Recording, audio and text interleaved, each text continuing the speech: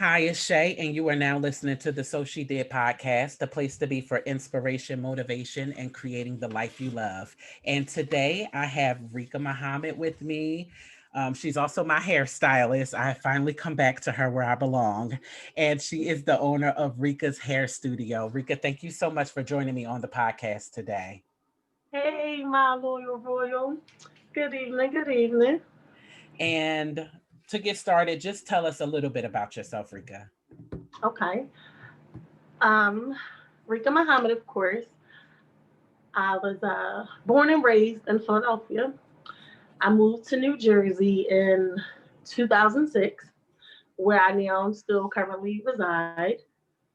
Um, I'm the owner of Reeka's Hair Studio. I also have a couple other businesses under my belt as well.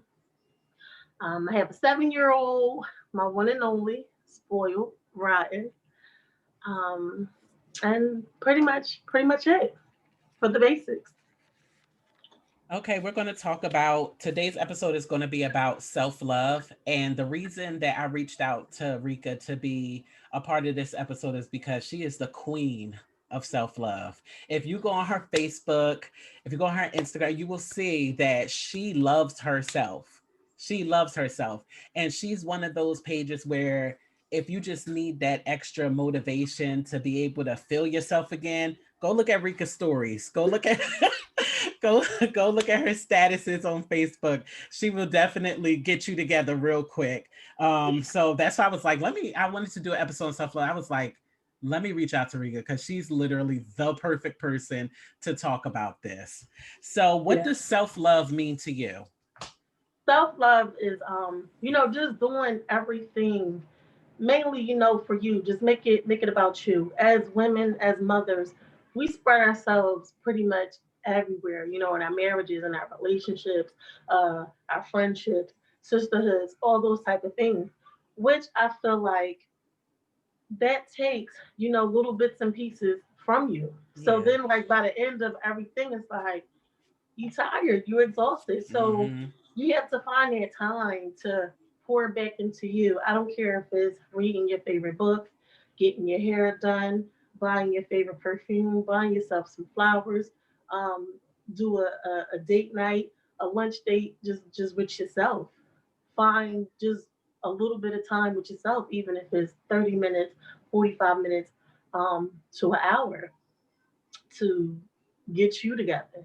Yeah. A lot of people, Um, for some reason, feel like it's selfish to have that time. I know I used to struggle with that. I'm like, I felt so guilty for wanting time by myself. But yeah, you can't pour from an empty cup. You're right. Pouring into all those different relationships, that can take a toll on you. And like I say, you can't pour from an empty cup. So you do need that refill every once in a while. Even if it's like once a month, people always think that it has to be like once a week, and I'm like, no, I mean, if you can get in once a week, good for you. That's yeah, amazing. that's amazing. Exactly. But sometimes it could even be once a month, every 2 months. But yeah, just that time for yourself and making it about yourself. Yes. So, what does a night of self care look like for you? So, when you don't have your son, when your boyfriend's not bothering you, and you just have the house all to yourself, what does that look like for you? Um, I enjoy first and foremost just my home being quiet. Just the quietness, the calmness. Um, I'll clean my house from top to bottom. Mm, Pretty much almost like a purge. Get my sage burning. I set the mood, set the tone for myself. Um, if it's a weekend to myself, which is generally a Friday through Sunday, I'll cook myself dinner. I'll do like breakfast, lunch, dinner type thing, especially a cute little dinner. I'll have my wine. I have my music. I'll catch up on my favorite two, three shows, Sisters, Power, um, yes, whatever power. else. Yes, I'm upset. I know. So, that or catch up on a book. Lately, I've been really trying to force myself to read more, to get Mm, more into my books. Like I have a bookshelf in my room, but I want to start digging more into my books. Um, like I said, it's creating that space getting your mental right. Hmm. Definitely for self care. So that's pretty much what my little self care weekends or night may go. Okay. So, what has been your journey towards loving yourself? Did you struggle with low self esteem when you were younger? Were you always confident? Um,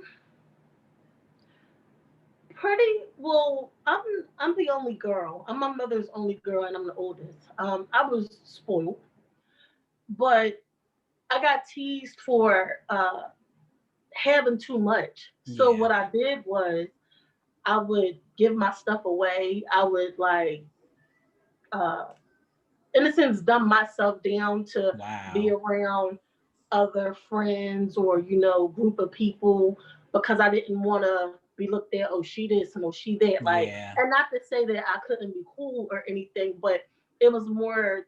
That's just how my mother supported or raised me. Hmm. She was very materialistic. She felt as though, I guess, if I buy you whatever you want and stuff like that, then I love you. Not to say that she does not love me, but um, some parents show what's the word I'm looking for? Like affection in different Yes, ways. yes, Yeah. they show their affection in different ways.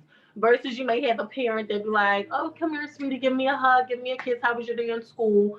Mine was, "All right, I get paid this weekend. We at the mall.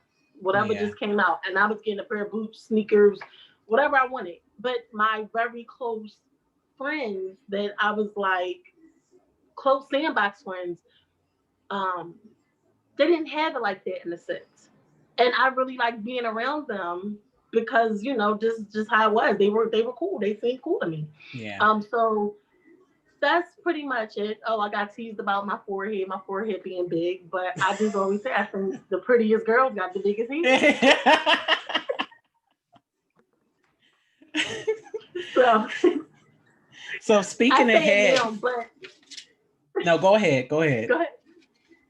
No, oh, I was. But when it came to, like I said, as far as self esteem, those are some things that I struggled with, Yeah. growing up. And once I got older, um, I just tried to shed more light on a lot of my low self esteem, and just making a win out of it. What Yeah. I thought was a loss, it was a win.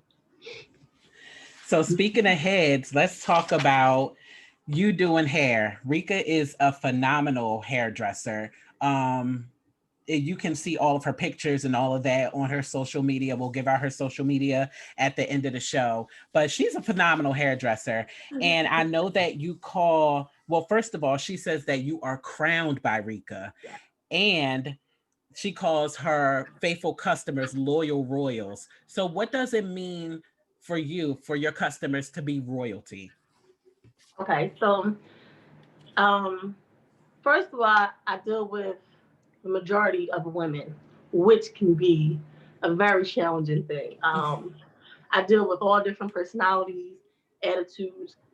So I have to make sure I'm together. And when I speak of someone being royal, pretty much I'm looking at them in the highest light, like Wow. they're top tier to me. Um, it doesn't matter, their financial status or anything like that. It has any, but every female that comes in my presence, they're royalty. They're a queen to me. When it came down to the whole, you're being crowned, I know a lot of people say, oh, yeah, you're slayed and you're this and you're that. And I mean, those are all little hair slogans and stuff that people may use to do hair. But I just kind of wanted to keep it more so like, you're crowned. And, the crown of your actual head, though, for real, Mm-hmm. for real. Yep. But like I said, me placing a crown on your head after I'm done, I give women so much confidence.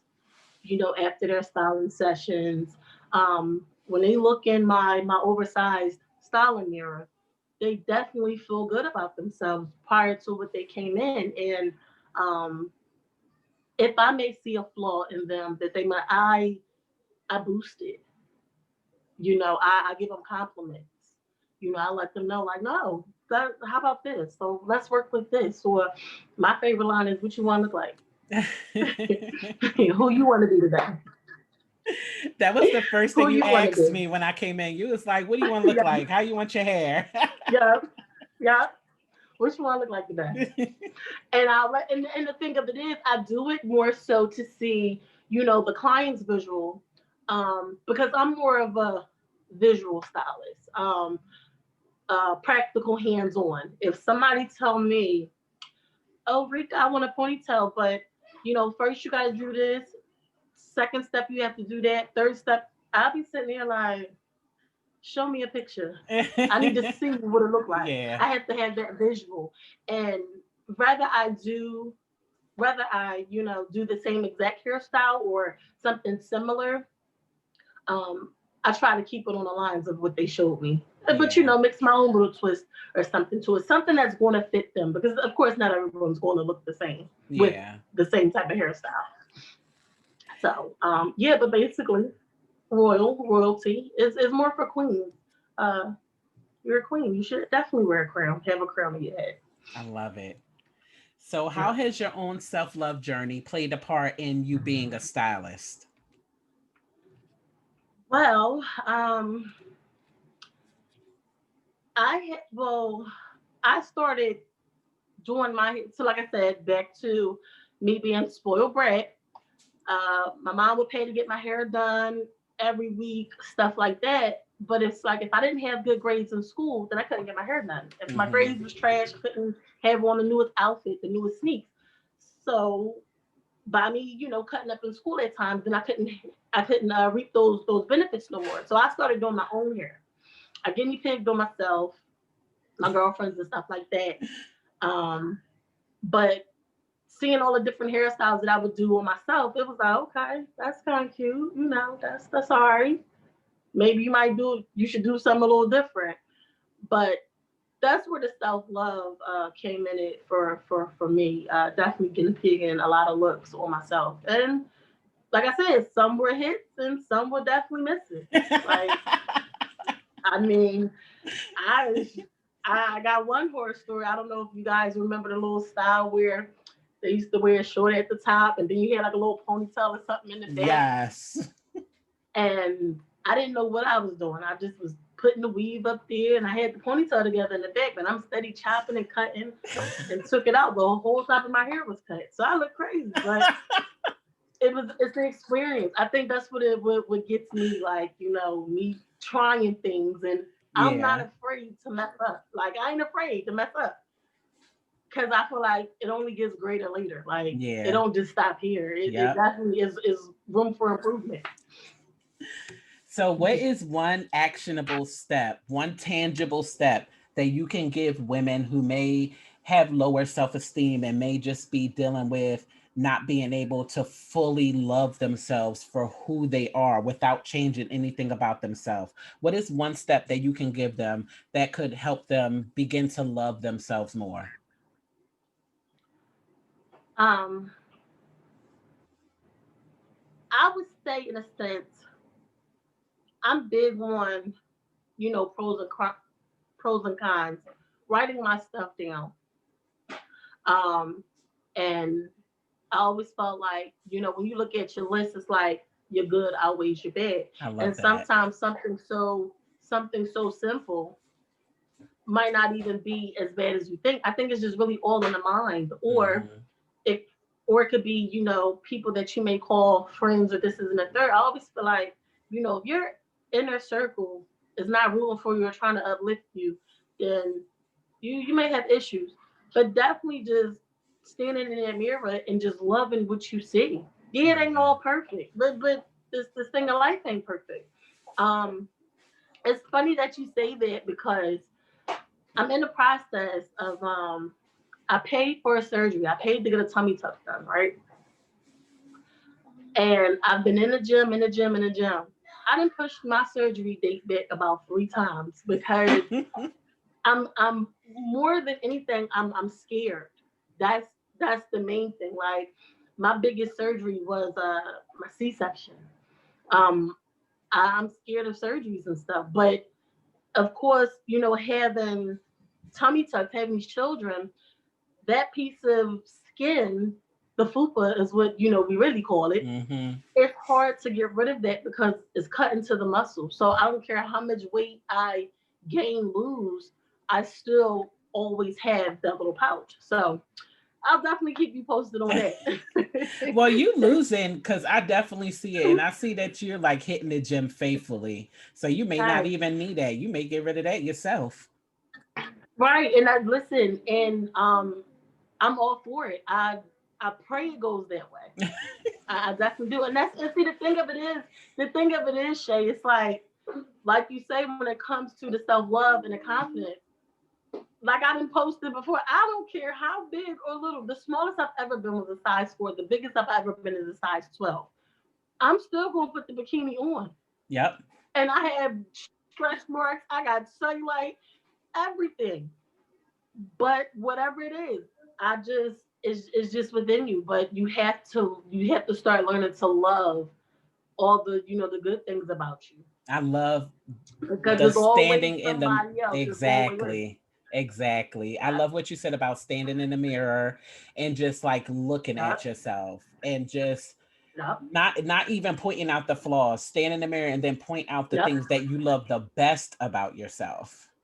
yep. And then rub and love on the things that you hate. And then you said how you make the pros and cons list. I love Yep. that idea. Definitely. That's Oh, definitely a tangible step that if anybody listening or watching on YouTube, if you have those self-esteem issues, write it down. What are the qualities that you yep. love about yourself? Don't even put the cons, just That's put the yourself. pros.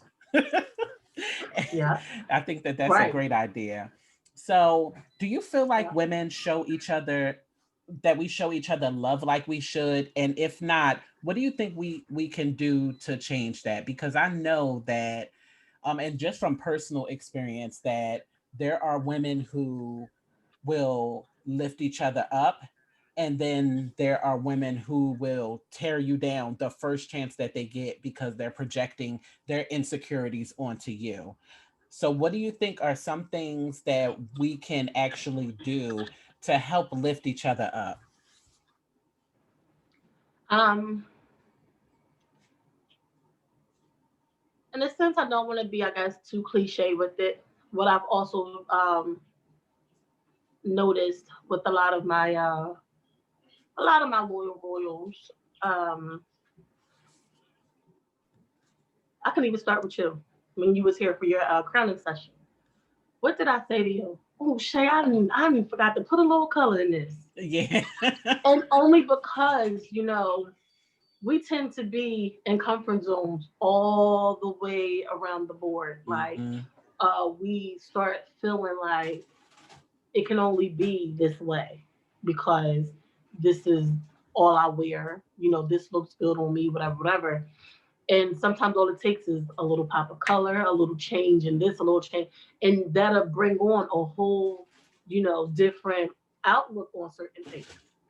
You never know. Like, your husband, like, oh, okay, yeah, that's nice, that's short, or he might notice it a little more just from that pop of color.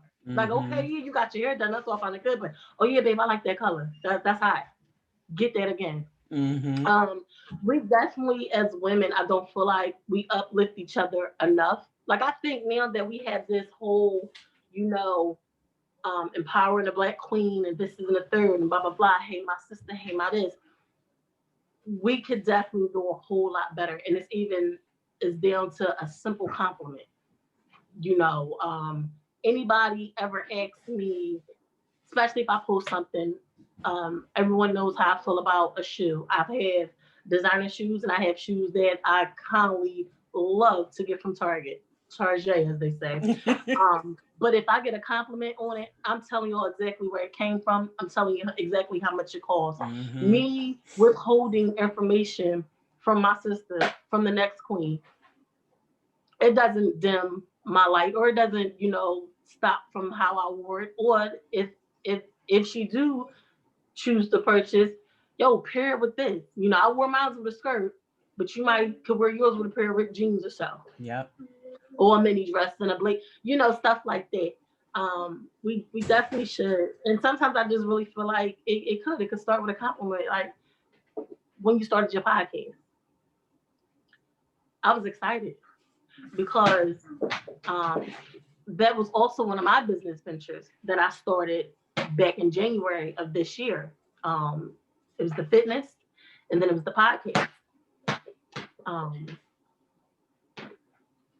I think it was more so time Mm-hmm. that probably got in the way of it, and just trying to, excuse me, 1 second. I think it was time and just trying to keep focus on, in a sense, what's more important. Mm-hmm. Balancing things out. So, Yeah. but yes, when you started the podcast, I was excited, like, oh my gosh, yes, yes, yes, yes. I'm like, wait, because I learned tips from you. Yep. So she did. So and honestly, I think that what you were saying about how it doesn't dim your light, I think that that's so important to be reiterated to anybody listening, because a lot of people feel as though, I'm doing this and I'm doing that.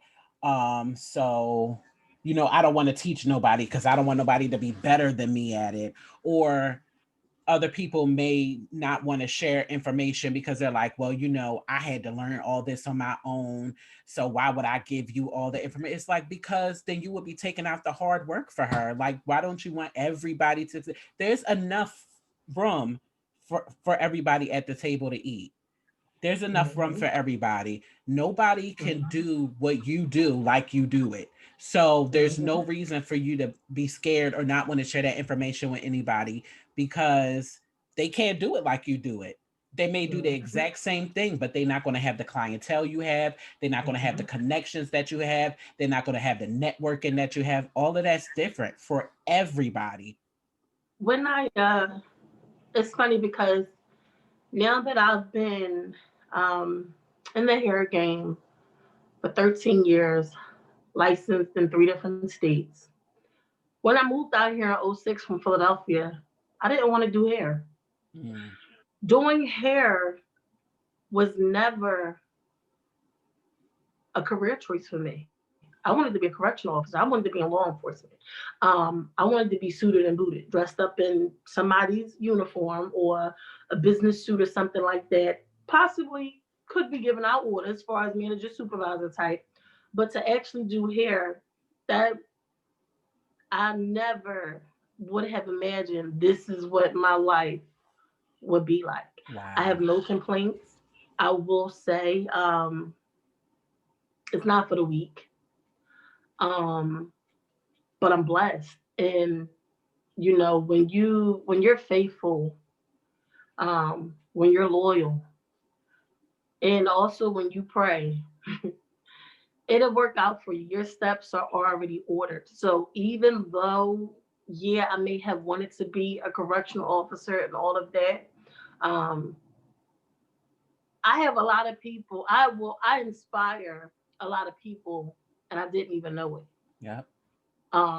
Like I say, even through some of my insecurities, um, I inspire a lot, the young, the old, middle age, whatever. And I guess it's just me, my transparency. My spunk, my charm, my silliness, just being real, and I make people feel comfortable. Like you have some stylists, especially when it's your first time to them, they kind of give off that vibe, whereas though you might think they're too uppity or they just want your money. Um, it's a hand in hand thing. I'm doing something for you just as well as you're doing something for me. Yeah. So I want you to feel like you enjoy spending your time and your money with me for that day, and hopefully wanting to come back. 9 times out of 10, they will. I still have clients still to today that were my guinea pigs, that are my loyal royals. Like, I can't wait because next year I'm doing my 10-year anniversary dinner, a night out with your stylist, and I'm excited. I cannot wait. So Oh my definitely, goodness, that's yes, going to be so yes. great. Look for the invite. You and your husband are definitely welcome. It's gonna be extravaganza. That is Yeah. so awesome. So y'all Um, hear the way that now I just want to point this out. The way that Rika was just talking and the way she spoke about herself with such confidence, about how her Mhm. transparency, about how she inspires people. This is not her bragging, this is her stating facts. And Yeah. this is her being transparent. So when people say, oh, you're cocky and this and that, it's like, no, I know my worth. Mhm. I know who I Mhm. am. So y'all hear the way she's talking? That's how you're supposed to talk about yourself and be confident in yourself, because a lot of people will unfortunately mistake that for like cockiness and stuff like that, but it's not. That's her being real. Mhm. That's her. That's her Mhm. self-love. That's her telling y'all who she Yeah. really is. And you have to be able to And they, project that, because when you give off that confidence, it honestly like it bounces off of you and it hits somebody else, and it makes them Mhm. feel more confident about themselves, because you're like, I'm real, I'm silly, I'm funny, and they'll make the person listen like, wait, I'm real, I'm silly, I'm funny too. Like these are all Mhm. qualities about me too.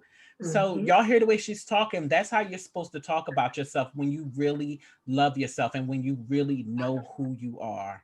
Mhm. Um, like you also described to me when you were here, like I said, I thought you were still employed with, South Jersey, and for you to take that leap into Mm-hmm. entrepreneurship, like that's a beautiful thing. Like I said, it's not for the weak. You have to be well in your prayer and Yep. in your faith, because I feel like that's truly what's going to hold you through this. And oh, trust and believe. It's going to be days where it's like, all right, let me go. You might think about it. I'll be here somewhere part time, and I'll get back to this. But you'll definitely see. I definitely think you're on uh, you're on your way. You're on the path. Like, and you have multiple hustles.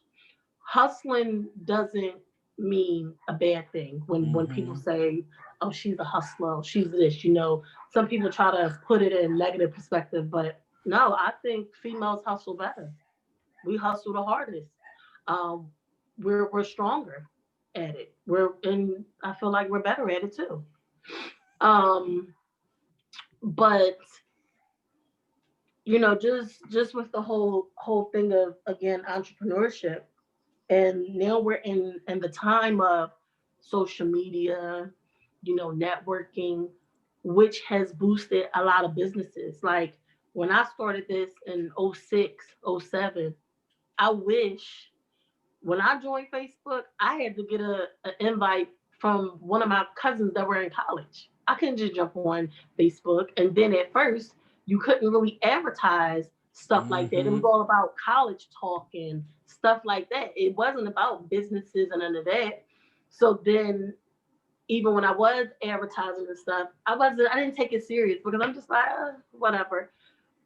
But it definitely has helped my business. And even the up and coming stylists and barbers or entrepreneurs, like I said, they in the best times. These are the millionaire times, because you could boom just by a click, a share, a like, anything. Yep. That is just, and to be honest, that's word of mouth. I had to do the hard work, as we say. I had to pass my business cards out. I had to Mm-hmm. hope that people I have, retained a few clients to where as though at least I can get a decent check by the end of the week. And I came up under top stylists that have been in the game for 20, 30 plus years. I was the baby of the hair salon. So that made me feel good as well, because it's like, dang, I get to run with the big dogs. Like Yep. I All get that to be wealth and considered. knowledge just in that one room. Yes, I get to be considered in a class as them. No, I'm not where they are, but I get to have all this experience Mm-hmm. under my belt just from being around them. Um, not to get too long winded or whatever, but just to show a little bit of my journey, when people see like, oh, she got this or she got that. When I moved out here, I was working at McDonald's flipping burgers from 5 in the morning to 1 o'clock in the afternoon. Go home, take a nap, and then I'm right there at Empire Beauty School down in Blackwood from 5 to 9:45, finishing off my hours for hair school, Wow. trying to get my license. Then I wound up getting hired in the salon while I was still in hair school. So I said, oh, I'll be a shampoo girl because I'm like, I don't know what I'm really doing. He said, no, I'm gonna make you a stylist. And I'm like, a stylist? My like I ain't ready to play nobody here like that. My first my first check from the hair salon. Now, mind you, I didn't already quit McDonald's where I was getting at least like 1,100 every 2 weeks. Even if I put in a little overtime, working a Friday, Saturday, and Sunday, I knew I had that guaranteed $1,100 check. My first check from the hair salon, after he took his 40% cut, shout out to Darren Croxton. Um, he was the owner of Culture's Hair Studio up in Williamstown next to the Fishnet. My check was $76. Oh, child. Oh my God. I was not expecting that. I thought you was going to say like 300 or 400. Your check was $76. Wait, I made a couple hundred that week. But by the time he took his cut, I walked away with $76, right? Oh my goodness. So I goes in his office and I says, well, D, this ain't gonna work. I made just enough money to pay my cell phone bill. Mm-hmm. I still had mind you, my hair school tuition was $500 easy. I said, I may have to call McDonald's back because this ain't gonna work. He said, no, Rick, it's okay. You got it. Hang in there. I sat for probably like 6 months of my first year being in the hair salon, being in the hair industry. And when I say sitting, I'm quite sure your husband can probably relate to it, meaning, you got to wait for the walk-ins. This is when you build your customer service. Mm-hmm. This is when you build your people skills. Because like I said, now we have to be in position to start retaining these customers. And it's still, hands-on practice and all of that. By the time, my 6 months was up, and, I was hustling, I was booming and doing this, doing that. My next, I call this the big check. And I took a picture of it. It's somewhere in the archives. My payout was $2,300 for the week. This was after his 40% cut. I took that $2,300 check. I went and got me an apartment over at the Regency for $625 a month. And I took off from there. So went and got me a little car, and I just kept moving after that. It definitely took a lot of discipline, perseverance, faith, and a lot of prayer. And what's for you will be for you. Yeah. It won't pass you by. So when I started, seeing the lifestyle that I could have, the lifestyle that I'm living, I'm just like, okay, just get better. Just start perfecting your craft. And it's okay to try new things. So how some people always ask me this main question, Reeka, what's your specialty? I love a short haircut. But like my mother always taught me, never limit your money. If feeding braids is popping, then you go sit down and learn you how to do some feeding braids. Because if a customer come in and hey, I would like a set of feeding braids, how much will you pay? Then that means I gotta send them to Shaquita down the street because that's what she specializes in. Mm-hmm. Instead of learning the skill, learning the craft, and I can make my little $150, $200 versus sending that money out the door. Yep.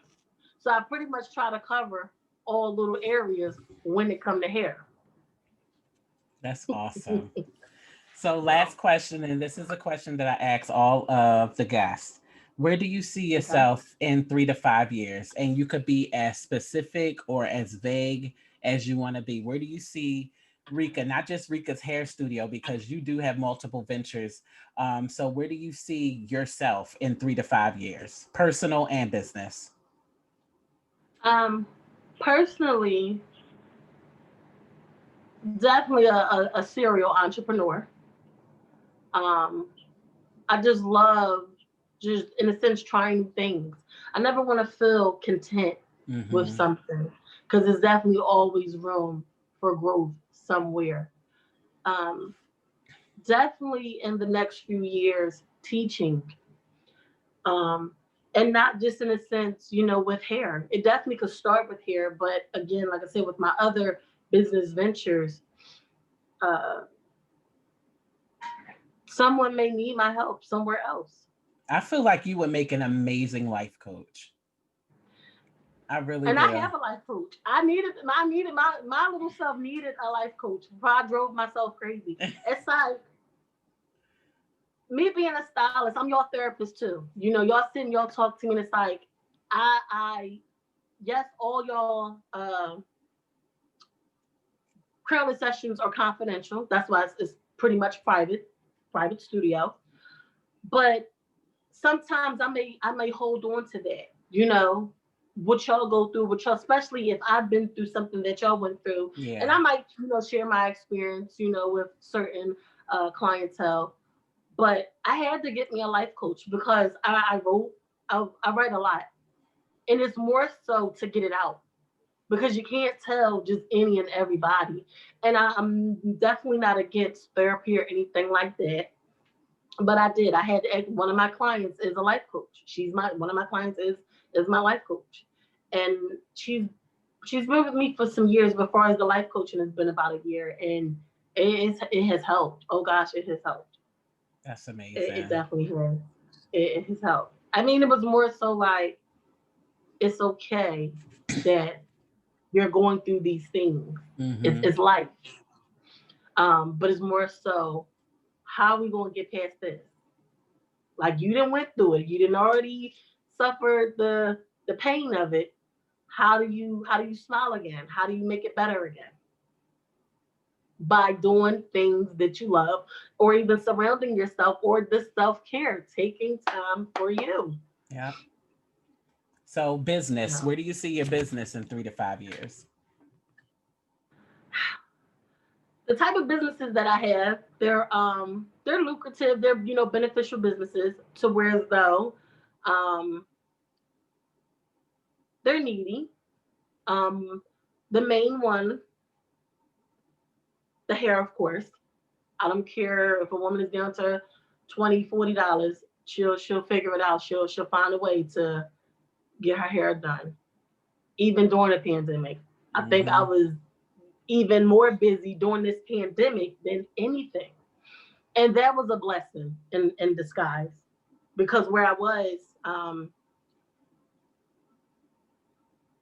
I think from because it's been 2 years now. 2 years I've been working from home versus me being having actual storefronts or being in a salon with somebody.